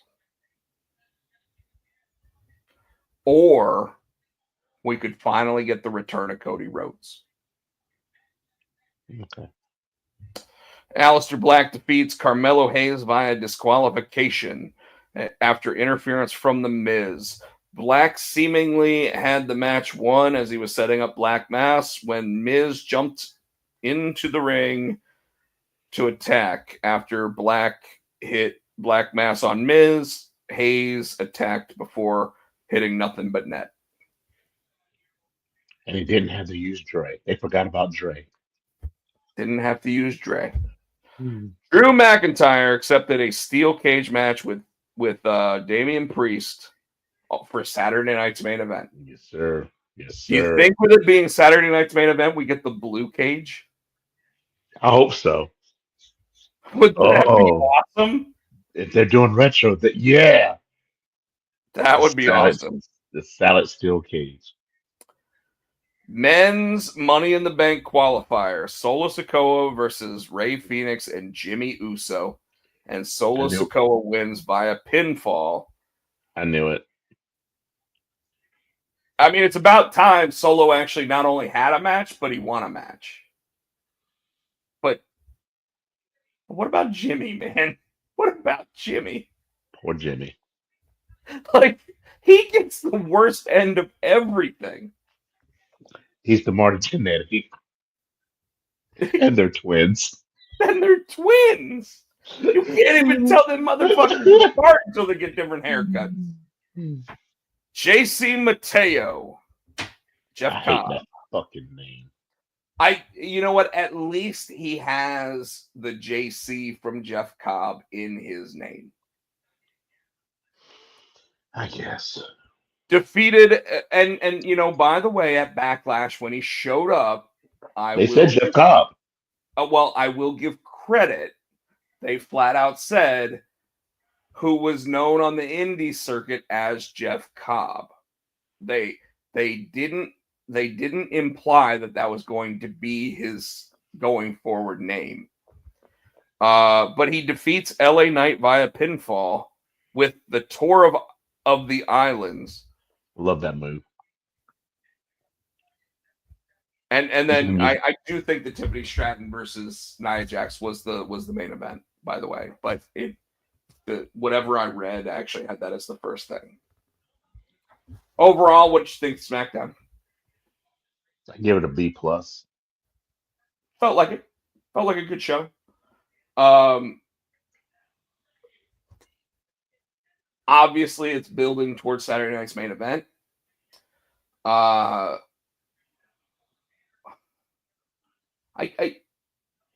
I wanna sit there and ask what you thought of Dynamite as well, because when we talk about Dynamite, I want to get the Saturday night main event card up too, so we can make predictions. So I'm oh listening. yeah, go ahead. Let's do that. Let's do that real quick. And here, I'll even try to add a banner. Saturday night's main event card. That is what, the 24th, 5/24. That's Saturday this week. Yep. Yeah, this weekend is packed with wrestling, dude. Because I mean, we got a NXT, PLE, and AEW pay-per-view on Sunday.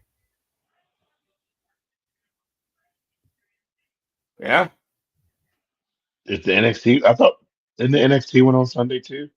Now that I think about it. It's at like 3:00 in the afternoon. Battleground. Yeah. And Yeah. AEW. You sure AEW was this weekend? Yes. Yeah. Shit. All right, so we got the All right. World So Heavy. I'll try to pull up the NXT Battleground card. All right. So Saturday night's main event, we got Jay versus Logan. I'm saying Jay. Who you got? Jay versus Logan. I go with Jay. All right. Cena versus Truth. Cena versus. Cena. I don't think they're It's gonna gonna be a bullshit victory, but it's gonna be John Cena. Punk and Zayn against Rollins and Breaker. I think I'm with you. I think Zayn turns on Punk here. I think Punk. I think they lose and then Sammy turn. Or do you think they win and Sammy turns? I think they lose by Sammy turning. Okay. I think it's going to be the wise man goes, Sammy, and then it's going to happen. Steel Cage, Drew or Damien. Drew McIntyre has to get a win. Okay. What do you think? Didn't he just win? I mean, he's now the Rock's boy. Like he's literally the Project Rock spokesperson. Yeah, but I think he just beat Drew. Mr. Helios, when's the cookout? I think it's Priest too. I think it's Priest. Oh, you think it's Priest? I said Drew. You're saying Priest. Okay. Yeah, Helios said Priest too. That's why I said I think Priest too. Oh yeah. So Okay. give me the pay-per-view. PLE, excuse me. So the PLE from NXT. You want to try to pull up the AEW one real quick while I do this? We got Tony D'Angelo versus Stax Lorenzo. I think Stax might surprise us and take it. I think so too, only because I think Tony D'Angelo is on his way up to the main roster. Man, they've only got 4 matches so far. I bet that they add at least one more match on tomorrow night. But the next match on this thing, the TNA World Championship match between Joe Hendry and Trick Williams. I think they tried to defend their TNA titles on PLEs before. I think this is going to be the first one. I think Trick takes it. I think some shady shit's gonna happen. Maybe Trick uses the help of Wesley's new group, or whatever. What's that group that's in NXT? Dark State. Yeah, and I think you're right. I think Trick Williams ends up with the TNA World Heavyweight Championship. Okay. Stephanie Vaquer versus Jordan Grace. I think Jordan takes it. I'm gonna say Jordan takes it. I'm gonna stick with Stephanie. Okay. But it's gonna be a good match. Okay. And we obviously have to have us, have some differences. Oba Femi versus Miles Bourne. You already know who I'm going for. You're going for Miles. Yep. You're going for Miles. I think Charlie Dempsey costs Miles Bourne the match. Ooh. Turner says Miles too. What's the AEW pay-per-view? What is it? Is it all or double or nothing? Or all? What is it? This Sunday. I think it's double or nothing.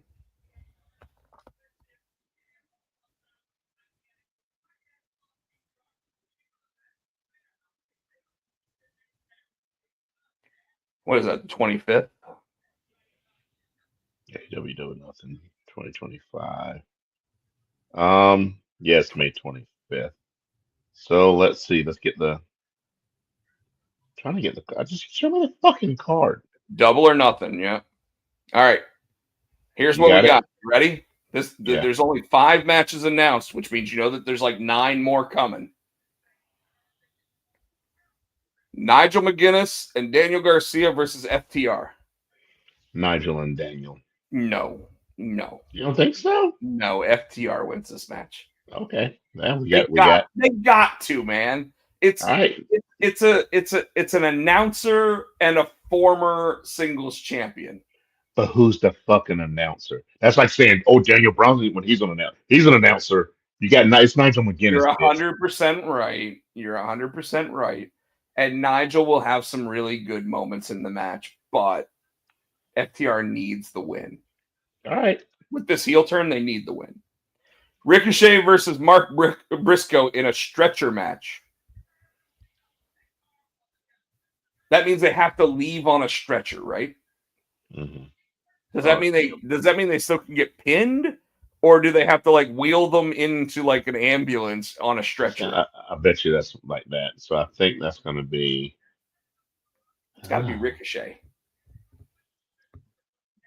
I don't want it to be, but yeah, probably. Like Mark Briscoe has definitely overachieved in AEW, and not a lot of people do. He's even won the ROH. I think Briscoe needs to be. No. Briscoe wins. I think Zach Gowen comes back one more time. I think what if he's inside the ambulance? Could be, but yeah, I think Briscoe wins. Mina Shirakawa versus Toni Storm. Toni Storm. Obviously. Although this picture of Mina Shirakawa in the picture, like she's already won. Jamie Hayter versus Mercedes Moné. We already said Mercedes. I'll be surprised if they let Jamie win, because that could be another story they could tell. Because Jamie never lost the title, and Tony was the interim champion when Jamie went out. Well, you were talking about Mercedes actually costing Shirakawa the women's world title. What if Shirakawa costs Mercedes Moné this match for the Owen? Because maybe both of them happen. That's why I think it should be Tony and Jamie, because it makes more sense. It does, but I swear, man, like Tony Khan has his tongue so far up Mercedes Moné's butthole. And so far, the only other match announced is Will Ospreay versus Adam Page. What is that one for? Is that for the Owen? For the Owen. But it also means that becomes the number one contender for Jon Moxley's title. Ospreay. Now, those are the only 5 matches announced for that, and we know that Tony Khan does not go into a pay-per-view with only 5 matches. So you want to take a guess at what some of these other matches might be? Well, they already did Anarchy, but that's not what. Remember? I think Anarchy in the arena is going to be one of the matches. Is that on this one? I think it's going to be on this. Okay, so that'll take a good 40 minutes to an hour match. I mean, that'll be your main event. Yeah. Are you coming over on Sunday? And we're doing that cookout Sunday, so probably not. Damn it! Because I mean, like, there's NXT and AEW. Yeah. Both like, this is one of those we just get to watch wrestling for 12 hours. Yeah, if we didn't have plans, if they do it Saturday and Sunday, I'll come. But I think they're doing it Sunday. Move it to Saturday. Tell them to have to. All right. Whatever. But Anarchy in the arena. Does the because I assume that's happening at this. Do we get the Death Riders to win, or is it going to be Swerve Strickland's team wins? I think it's going to be Swerve Strickland's team wins. I 100% agree with you because it allows them to not take the belt off of John Moxley. And at this point, the winner of Hangman and Ospreay. We didn't even say that. Who do you got? I said Ospreay. Oh, you said Ospreay? Or is it Hangman and Ospreay? I thought you said Hangman. You said Page. I was thinking fucking Adam Cole, baby. No, Adam Page. Shit. In fact, that Adam Cole has a match on this pay-per-view, by the way. I think it'll be the Hangman because it all goes back to the Young Bucks tie-in to the Death Rider. So I think it's gonna be Hangman Page. I think that you're right. I also think that when we finally get Hangman versus Moxley, that the Young Bucks will actually turn on Moxley. And we might actually get Hangman as a heel champion, or he might win and be like, "I didn't ask for your help." Yeah.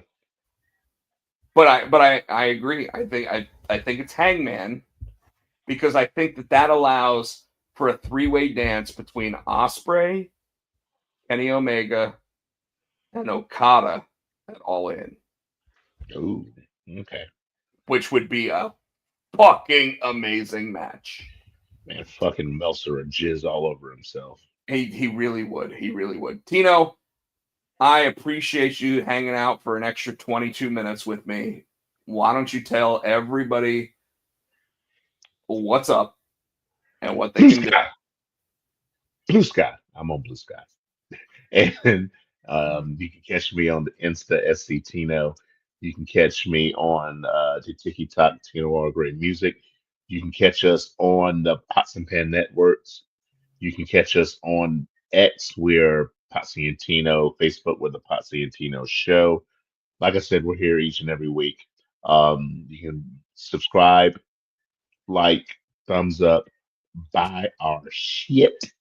Want to say thanks to Adam's House Cat for the wrestling song. You can get it on iTunes for the low, low price of 99 Jones. And you can probably buy you a cup of Cappuccino Jones for 99 cents. You know what? I am gonna reach out again this week. I promised I promised I would. I'm gonna reach out more this week to try to get Cappuccino Jones. Also wanna I want to give a shout out to our boy Sean Cruz, who's currently the Alpha champion. Did he win a belt? He's got a belt. No TikTok. So what was his title?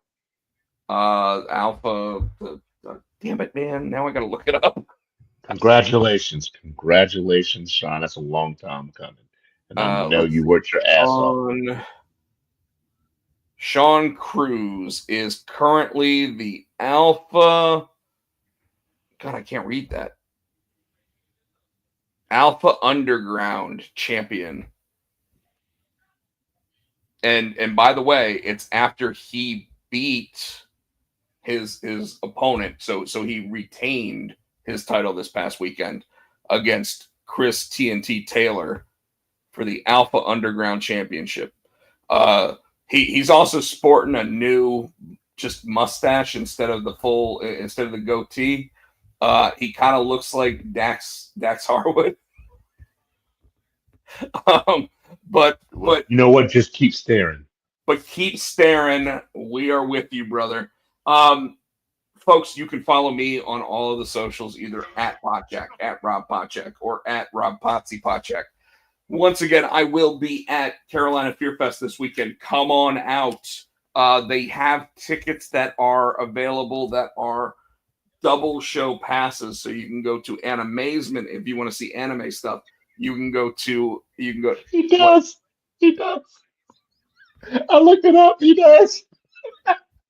Oh my god! I'm sorry. I was like, no, he doesn't. He even colored the mustache, man. I'm trying to pose it. I love Sean Cruz. He is my dude. You guys know that. Oh god damn it! You gotta take down Captain America. Damn it! All right, hold on. Or just hold it up in front of your face. Because I don't know if I can get a good shot in here. There it is. There it is. Sean Cruz, our dude. New mustache, same same asshole. But we want to give him I'm sorry, I didn't mean to interrupt you. No, we want to give him his props. He is the Alpha Underground champion. He earned that belt. He is killing it on the indies. I mean, I can't speak highly enough. If he's on the card, watch him. This past week, he came out and he was like, I want to go ahead and give my dude credit for beating cancer. But then he turned heel on it and he sat there and he was like, but you know what? He's not going to get in the ring against Sean Cruz, so you all just need to keep staring. I can't with him. He's so good, man. Yeah, he is. He is so good.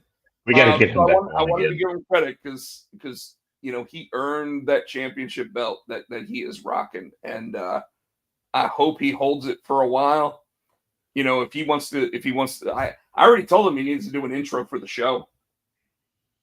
Like, I want to get him back on the show with the belt. I want to see this belt. You know what? I'll reach out. We'll try to get him on next week. Folks, for the Potsy and Tino show, the Potsy Fans Network, thank you so much. We love you guys. It's been a blast. We will see you next week, and keep staring. Have a safe Memorial Day weekend, y'all. Yeah, stay out of trouble. Don't get in trouble like I like to. But Goodbye. Later, everybody. We'll see you next time. Ready? Ownership and distributing Potsy and Tino. For the Potsy and Tino show. Thanks for watching.